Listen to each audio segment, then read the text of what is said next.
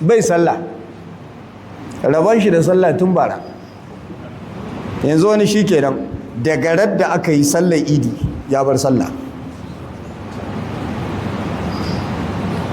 shi kenan ya bari, sai kuma azumi ya dawo ya mamance da sallah, kawai ya cire ta daga cikin lissafin shi.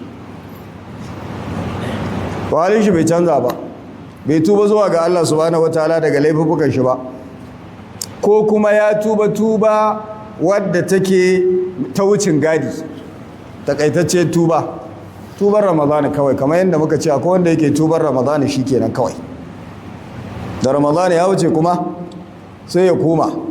to wannan shine wanda ya asara, ya yi asara rayuwar shi gaba ɗaya, ta bi duniya da lahira, ya bata lokacin shi a rayuwar shi, bai karu da wannan watan da komi ba sai laifi. Shi yasa mala'ika jibril ya ce manzo Allah sallallahu alaihi wasallam duk wanda ramadana ya tarda shi har ya kare bai samu gafaran Allah ba, wannan Allah ya nisantar da shi daga wuta. Ka ce amin. Manzo Allah ya ce amin. haka kenan wanda ya rasa alherin ramadana shine wanda bai samu waɗannan alkhairai da Allah subhanahu wataala yake rabawa ba. Saboda saboda ba wani kokari da yi, rago ne kawai, ka same shi jarumi ko ina amma banda wurin ibadan Allah subhanahu wataala. Tababbe shi ne wanda Allah ya nisantar da shi daga rahama. Allah ya kiyaye mu. don haka mu sani cewa bautan Allah subhanahu wataala wajibi ce a kowane lokaci, ba ta da iyaka sai mutuwa kawai, kamar yadda Allah ya ce wa abudu rabbaka hatta ya'tiyakal yaqin, kai ta bauta ma Allah mahaliccinka har sai mutuwa ta zo maka. saboda haka bauta Allah ba ta da iyaka, ba a tsaida ta kullum ake yin ta, ba ka cewa ka bari hutawa za ka yi. don me baka huta da duniya ba sai bauta ma Allah subhanahu wataala. kuma Allah ta'ala ce ya ayyuhal ladina amanu taqullaha haqqa tuqati wa la tamutunna illa wa antum muslimun.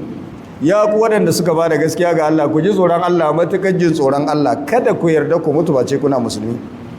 manzo Allah sallallahu alaihi wasallam ce idza mata ibnu adam, idan da adam ya rasu in qata amaluhu illa min thalath. idan da adam ya rasu to aikin shi ya yanke gaba ɗaya, ba ya aikin komi, saboda gangan jiki ce ba ta moci. gangan jiki ba ta moci ya kaga ba ta aikin komi.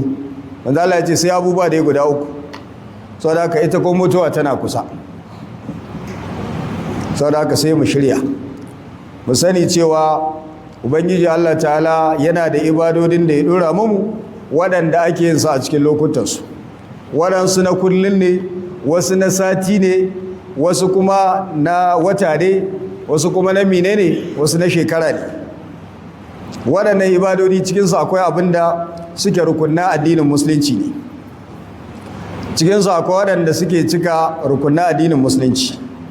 kaga ibadar da muke kullum shine salloli guda 5, wannan muna yin su kullum dare da yini, mu yi da sahi mu yi da rana, mu yi da sahi mu yi da rana, haka ne ko? mu yi azhar, mu yi la'asar, mu yi magariba, mu yi isha'i, mu yi asuba da sauran ibadodi duka muna yi.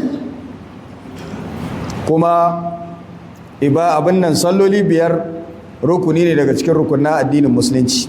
ita ce rukuni na biyu, ginshiki na biyu daga cikin ginshikan addinin musulunci guda 5 waɗanda Allah subhanahu wataala ya ɗora mana su bayan shaida cewa babu abin bauta da gaskiya sai Allah, Muhammad sallallahu alaihi wasallam manzon Allah ne.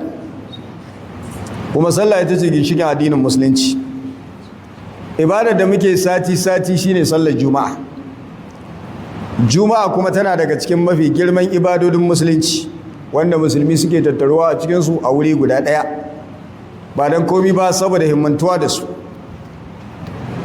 kaga ibada ce wadda bai kamata muna wargi da ita ba, bai kamata muna wasa da ita ba.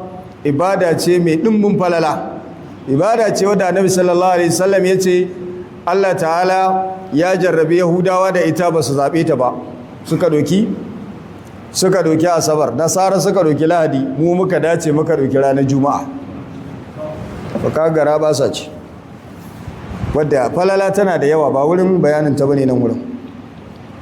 abin da dai muke so mu gane cewa muna da ibadodi masu girma masu falala waɗanda za mu kwasan lada mai ɗimbin yawa a ciki kullum da sati ga yanar ta sati ga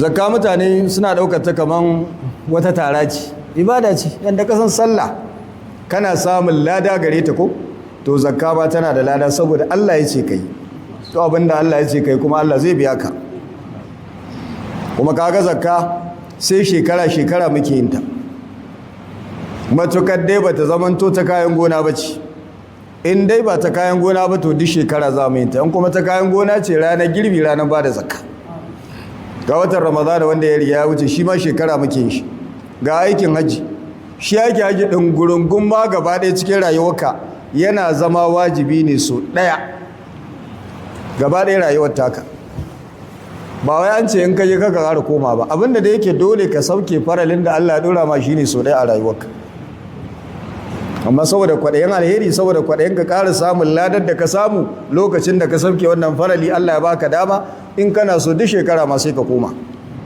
amma dai wannan ya zama nafila gare ka ya zama ƙarin lada ne gare ka haka ita ma umara so ɗaya take wajibi a rayuwa da ka yi ta shikenan sai in kana son Allah ta'ala ya ta dada ma lada to